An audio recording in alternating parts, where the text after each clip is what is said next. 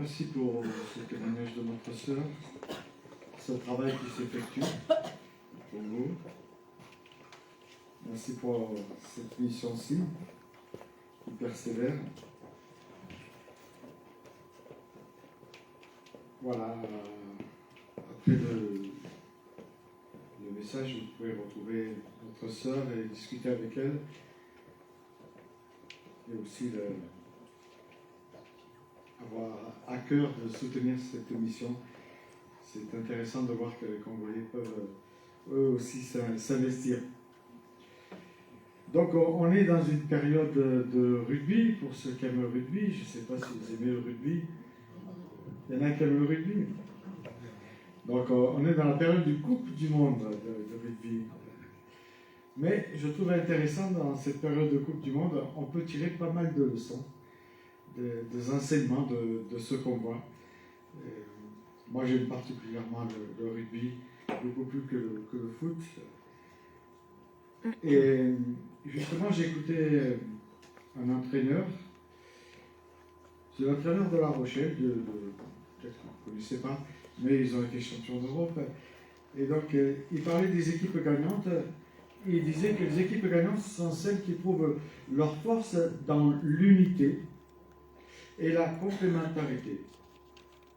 Et je trouvais ça très intéressant pour nous. Et il disait que dans une équipe de rugby, on doit se penser en fait collectif. Il parle des clés aussi évidentes pour réussir et indispensables. C'est la culture de l'unité, de la cohésion. Et on pourrait prendre en comptant cela dans nos églises. Et j'ai regardé, si on prend l'exemple de l'équipe de France, chaque joueur sait que la clé de la victoire réside dans l'unité et la cohésion. C'est pour ça que j'aime le rugby, parce qu'il y a beaucoup de cohésion, beaucoup d'unité. On est toujours en train d'aider l'autre, qu'il soit devant, qu'il soit derrière.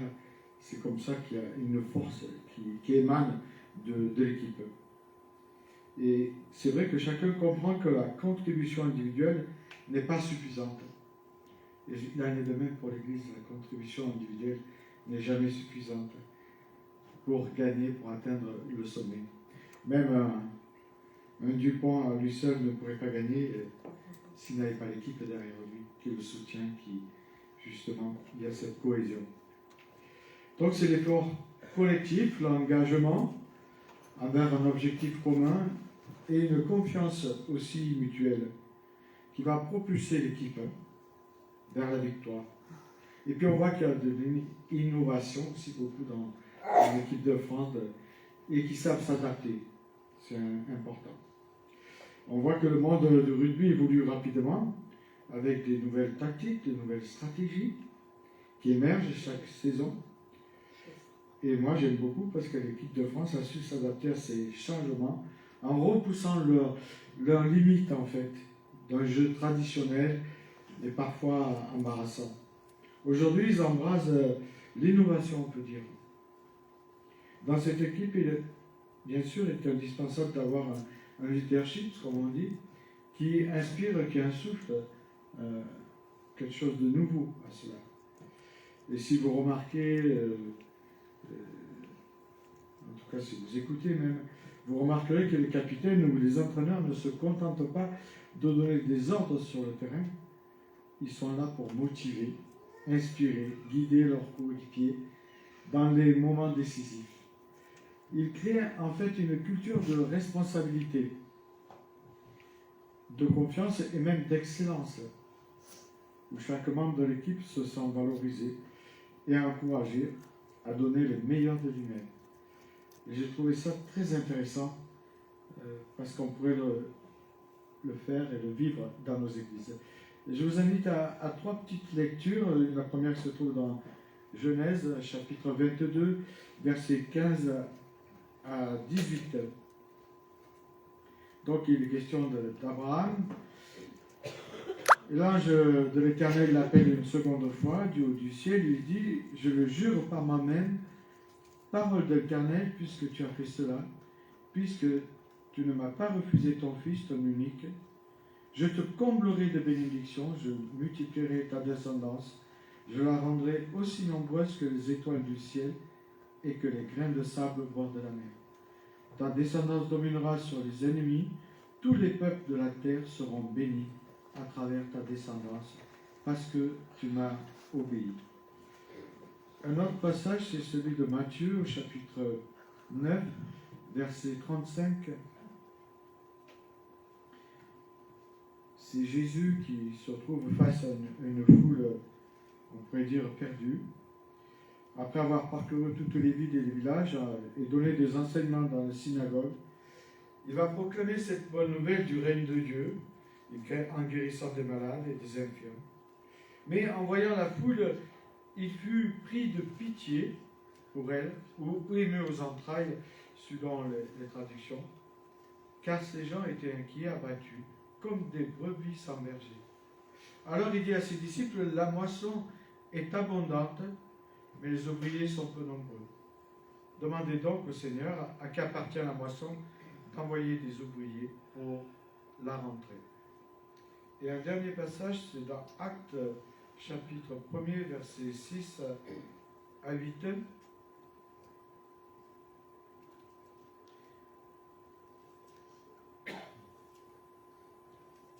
Les disciples étaient réunis autour de lui.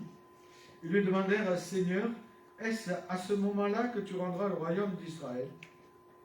Il ne vous appartient pas de connaître le temps, le moment que le Père a fixé de sa propre autorité, mais le Saint-Esprit descendra sur vous, vous recevrez sa puissance et vous serez mes témoins à Jérusalem, dans la Judée et la Samarie et jusqu'aux extrémités du monde.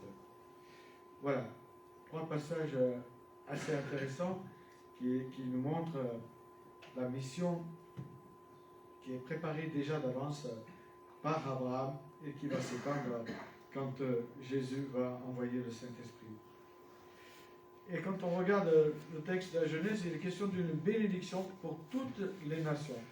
Donc personne n'est exclu, et ça c'est intéressant pour nous de voir que Dieu n'exclut personne. Et puis Jésus qui se trouve face à cette foule et qui dit que cette foule est là, perdue en fait. Et lui, il est ému aux entrailles. Et je crois que c'est important pour nous de comprendre qu'on a besoin d'être ému aux entrailles. Et puis bien sûr, l'Évangile a annoncé à toutes les nations, dans le livre des Actes, où il est question de Jérusalem, Judée, et puis les extrémités du monde après la Samarie.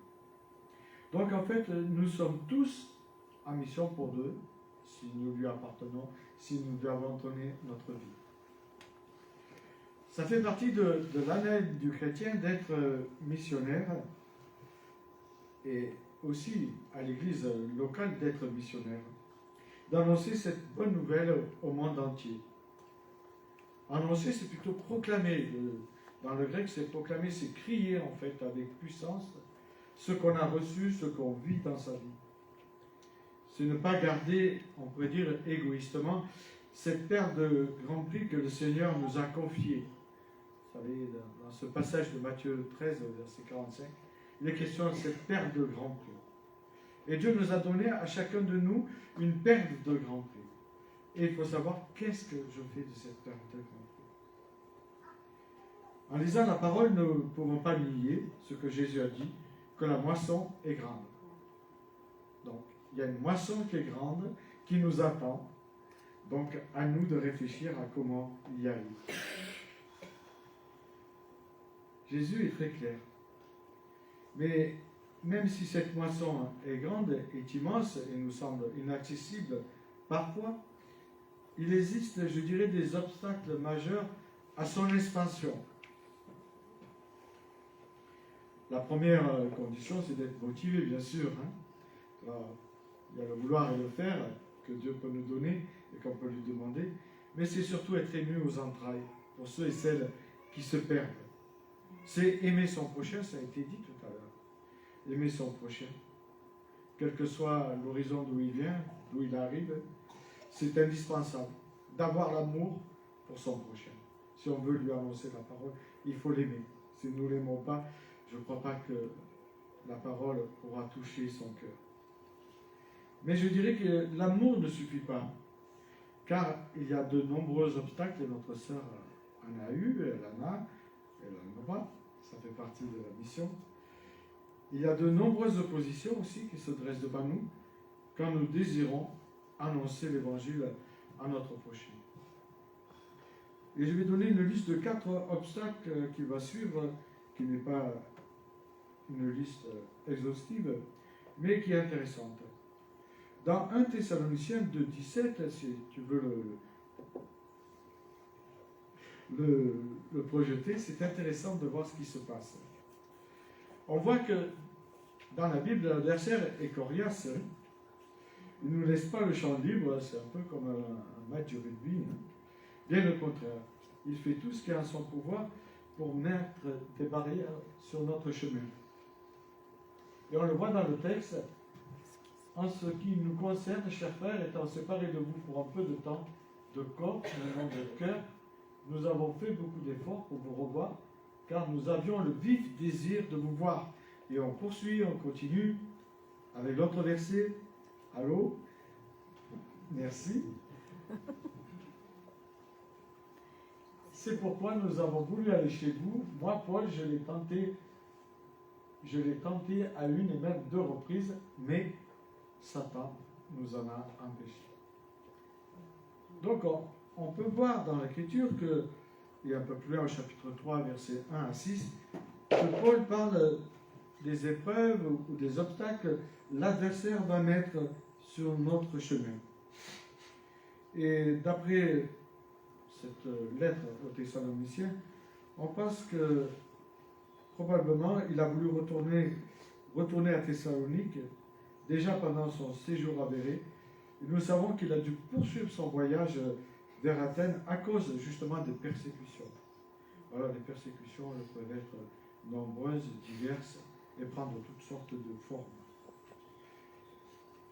La même cause d'empêchement a pu se renouveler plus tard, on le voit, comme je l'ai dit, au chapitre 3, versets 1 à 6.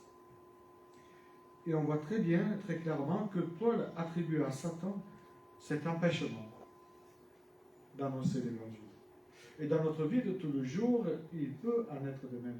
L'adversaire peut mettre des pierres, des embûches sur notre chemin pour que nous ne puissions pas parler de Christ à ceux et celles qui ne le connaissent pas. L'adversaire est coriace, il a même de la haine contre l'évangile. Il s'efforce d'anéantir l'œuvre de Dieu, mais nous savons que s'il est puissant, l'adversaire est puissant, mais Dieu est tout-puissant et rien ne peut arrêter son œuvre.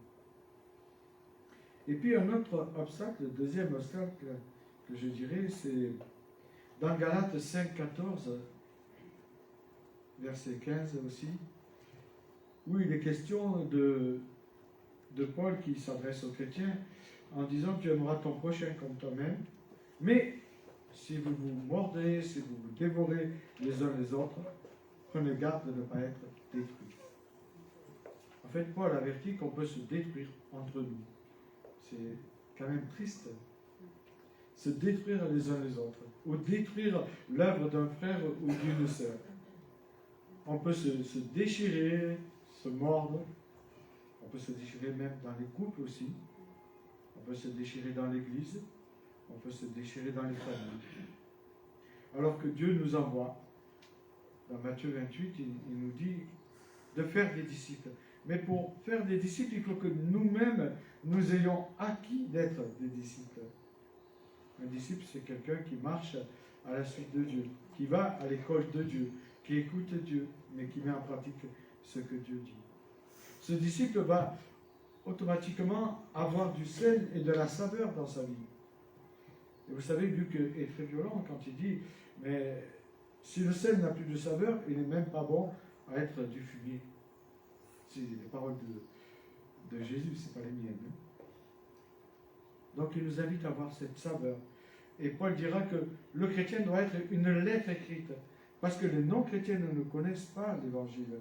Ils ne savent rien de Dieu, je vous assure. C'est assez surprenant de voir la génération qui arrive qui ne connaissent rien. Et donc s'ils ne connaissent rien, eh bien, ils ont comme modèle les chrétiens. Et si les chrétiens sont des bons modèles, alors ils auront envie de découvrir Dieu. Mais s'ils sont des moins bons modèles, c'est peut-être à double tranchant. Et puis le psalmiste nous invite à avoir cette coupe, notre cœur qui déborde, cette coupe qui déborde afin que d'autres puissent s'épancher, puissent profiter de ce que nous connaissons du Christ.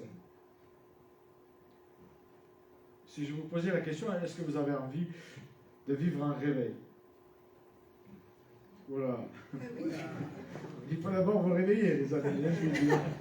Il faut d'abord qu'on se réveille pour pouvoir amener un réveil autour de nous. Non, le réveil, c'est tout simple, ça commence par nous. Si nous sommes réveillés, évidemment, ça fera boule de neige. Mais si nous ne sommes pas réveillés, ce sera difficile. Souvent, les gens, ils prient, ils essayent des méthodes, on va faire des louanges, ça va réveiller les gens. Non, mais d'abord, réveillons-nous, c'est-à-dire marchons et écoutons Dieu comme il désire, et puis ensuite, ça se répandra tout seul. Le troisième obstacle, je dirais, c'est d'avoir une mauvaise stratégie. Si vous regardez l'apôtre Paul dans le livre des Actes, il a une stratégie. Si vous voyez ces 3 ou 4 voyages, suivant les théologiens comme ils disent, en tout cas, il a chaque fois une stratégie. Les ports, parce qu'il y a du monde, les gens vont entendre, ils vont répartir l'évangile dans le monde entier. Les grandes villes aussi, c'est la même stratégie qu'il a. Toujours cette stratégie. Toujours toucher un auditoire qui va pouvoir lui-même annoncer l'évangile ailleurs. Et dans 1 Corinthiens 9, verset 19, je vais le lire parce que c'est un passage que j'aime beaucoup, qui nous montre et qui nous donne justement comment on peut annoncer l'évangile à ses contemporains. Au chapitre 9 d'1 Corinthiens, et ça commence au verset 19. Car bien que je sois un homme libre à l'égard de tous, je me suis fait l'esclave de tous, afin de gagner le plus de gens possible à Jésus-Christ. Lorsque je suis avec les Juifs, je vis comme eux, afin de les gagner. Lorsque je suis parmi ceux qui sont sous le régime de la loi de Moïse, je vis comme si j'étais moi-même assujetti à ce régime, bien que je ne le sois pas, afin de gagner ceux qui sont sous le régime de cette loi. Avec ceux qui ne sont pas sous le régime de la loi, je vis comme n'étant plus sous le régime, afin de gagner au Christ ceux qui ne connaissent pas la loi. Bien entendu, cela ne veut pas dire que je ne me soumets pas à la loi de Dieu. Au contraire, je vis selon la loi du Christ. Dans ma relation avec les chrétiens mal affermis dans la foi, je vis comme l'un d'entre eux, afin de les gagner. C'est ainsi que je me fais tout à tous, afin d'en conduire au moins quelques-uns au salut par tous les moyens. Paul est un caméléon. Il sait s'adapter. Il sait écouter. Et c'est intéressant de voir qu'il dit qu'en fait, il vit comme, mais il n'est pas comme eux. C'est la différence. Sous le régime de la loi, je me mets sous le régime de la loi. Avec les chrétiens en famille, j'essaye de ne pas les écraser. Il se fait tout à tous. En fait, il sait s'adapter à la culture, au contexte, à l'auditoire. Et ça, c'est important pour annoncer l'évangile. On a besoin de s'adapter, de savoir s'adapter, de savoir écouter pour pouvoir annoncer à notre tour l'évangile. Se faire tout à tous. Et on le voit très bien, Paul, quand il rentre dans l'aéroport, ces Grecs qui avaient l'habitude de discuter pendant des heures, Paul va écouter pendant des heures. Hein. Et puis à un moment donné, il dit, ah mais oui, je vois celui que vous révérez sans le connaître, je sais qui c'est celui qui est ressuscité, c'est Jésus. Bon, ça n'a pas eu un effet extraordinaire, mais quelques-uns ont entendu, et après ça a dû faire son tour. Voilà, le chrétien doit avoir aussi une certaine stratégie pour annoncer l'évangile. Et puis il peut y avoir un autre obstacle, un quatrième, qui est assez surprenant. C'est dans Actes 16, versets 5 et 9, on le retrouve cet obstacle. Actes 16, versets 5 à 9.